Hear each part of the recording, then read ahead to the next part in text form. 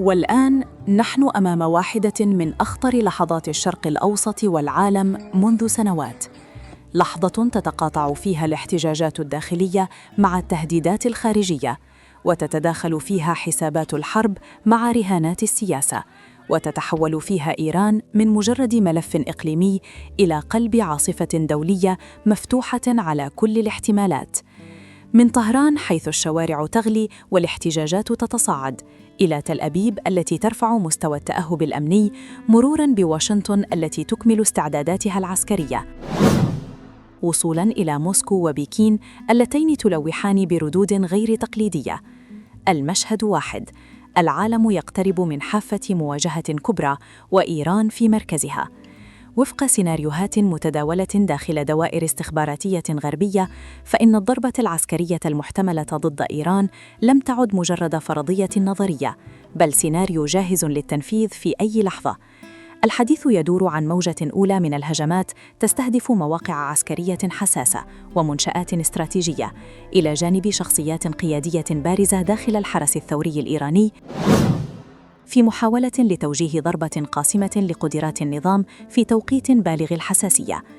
الولايات المتحدة بحسب هذه التقديرات أنهت بالفعل معظم استعداداتها اللوجستية والعسكرية، ونقلت معدات وذخائر إلى قواعدها المنتشرة في المنطقة، بينما تتابع إسرائيل التطورات عن كثب وتنتظر ما تصفه باللحظة المناسبة في الداخل الإيراني، لحظة انفجار أكبر أو فوضى أوسع تفتح الباب أمام التدخل. وفي هذا السياق جاءت تصريحات العقيد أساف كوهين رئيس فرع إيران في الاستخبارات العسكرية الإسرائيلية لتكشف الكثير مما يدور خلف الكواليس. كوهين قال بوضوح إن الاحتجاجات في إيران تتمحور حول الاقتصاد، وإن تصرف إسرائيل يجب أن يكون محسوباً وحكيماً، مؤكداً أن الولايات المتحدة هي اللاعب الرئيسي في هذه المرحلة، وأن على تل أبيب ترك زمام المبادرة لواشنطن، مع لفت الانتباه إلى أن تركيا باتت من وجهة نظره تهديداً استراتيجياً يجب الاستعداد له مستقبلاً.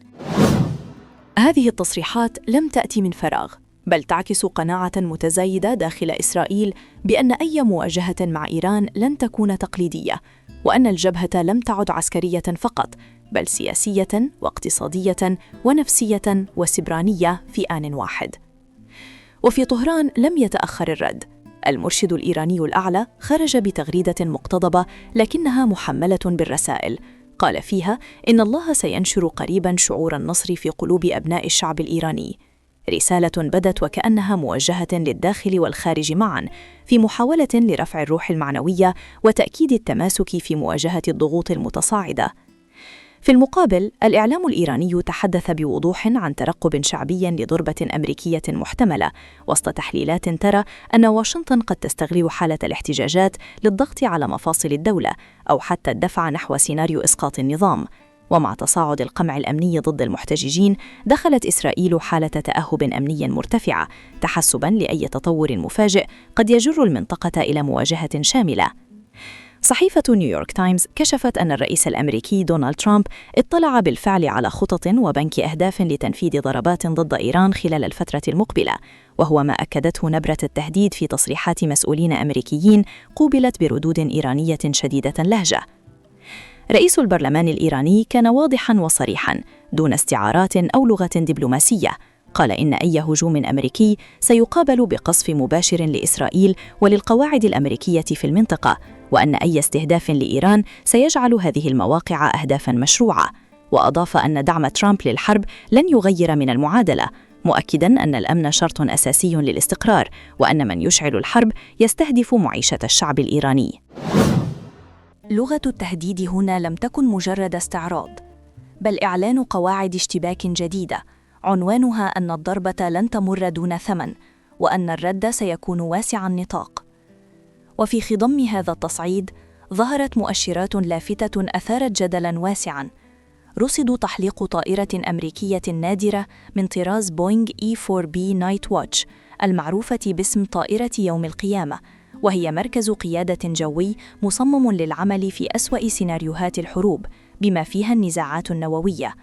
ظهور هذه الطائرة في هذا التوقيت أعاد إلى الأذهان أسوأ الاحتمالات، رغم عدم صدور إعلان رسمي عن حالة طوارئ.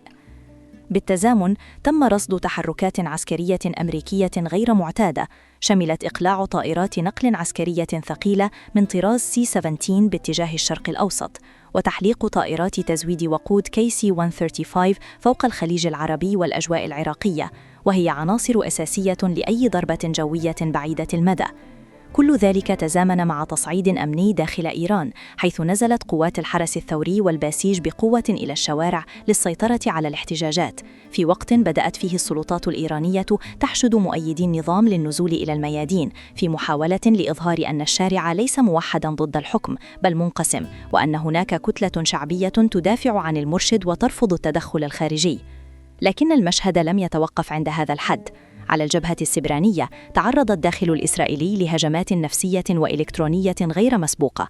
رسائل مجهولة المصدر وصلت إلى هواتف ومواقع تواصل اجتماعي لمستوطنين، تتضمن تهديدات مباشرة ومعلومات شخصية دقيقة، ما أثار حالة من الذعر والارتباك، وفتح باب التساؤلات حول قدرة إيران وحلفائها على نقل المعركة إلى العمق الإلكتروني. وفي الخلفية كان هناك مشهد آخر يتشكل. روسيا والصين خرجتا بإشارات واضحة تؤكد رفضهما لأي مغامرة عسكرية أمريكية جديدة. موسكو ردت عملياً عبر تصعيد عسكري في أوكرانيا، مستخدمة صواريخ فرط صوتية، في رسالة غير مباشرة لواشنطن مفادها أن الضغط على حلفاء روسيا لن يمر دون رد. في الوقت نفسه عززت روسيا تعاونها العسكري مع إيران من خلال استكمال صفقات تسليح متقدمة وتنسيق تقني مع الصين، في إطار ما يشبه إعادة تموضع استراتيجي لمواجهة ما يعتبرونه تهوراً أمريكياً. أما في واشنطن فالصورة ليست مستقرة كما تبدو. الداخل الأمريكي يغلي على وقع أزمات اقتصادية واحتجاجات وانقسامات سياسية حادة، فيما يواجه ترامب ضغوطا متزايدة مع اقتراب انتخابات التجديد النصفي، ما يفسر بحسب مراقبين اندفاعه نحو تحقيق انتصارات خارجية سريعة تعوض التآكل الداخلي. وهنا تبرز إيران كأخطر ساحة اختبار، ضربة محتملة قد تعيد رسم خرائط النفوذ في الشرق الأوسط، لكنها في الوقت نفسها قد تشعل سلسلة تفاعلات يصعب السيطرة عليها، من الخليج إلى البحر المتوسط، من أوكرانيا إلى بحر الصين. الخلاصة كما يراها المراقبون أن المنطقة تقف اليوم أمام مفترق طريق حاسم، إما تهدئة مؤقتة تدار خلف الكواليس، أو انزلاق تدريجي نحو مواجهة مفتوحة תבדאו בضربة ولا أحد يعلم أين ستنتهي. ישראל עוקבת בדריכות על הנעשה באיראן. הפגנות למען החירות התפשטו ברחבי המדינה. העם בישראל, העולם כולו, משתאה מול הגבורה האדירה של אזרחי איראן. ישראל תומכת במאבקם לחופש ומגנה בתקיפות את מעשה הטבח ההמוני באזרחים חפים מפשע. כולנו תקווה שהאומה הפרסית תשתחרר מקרוב מעול העריצות, וכשיום זה יגיע, ישראל ואיראן יחזרו להיות שותפות נאמנות בבניית עתיד של שגשוג ושלום לשני העמים.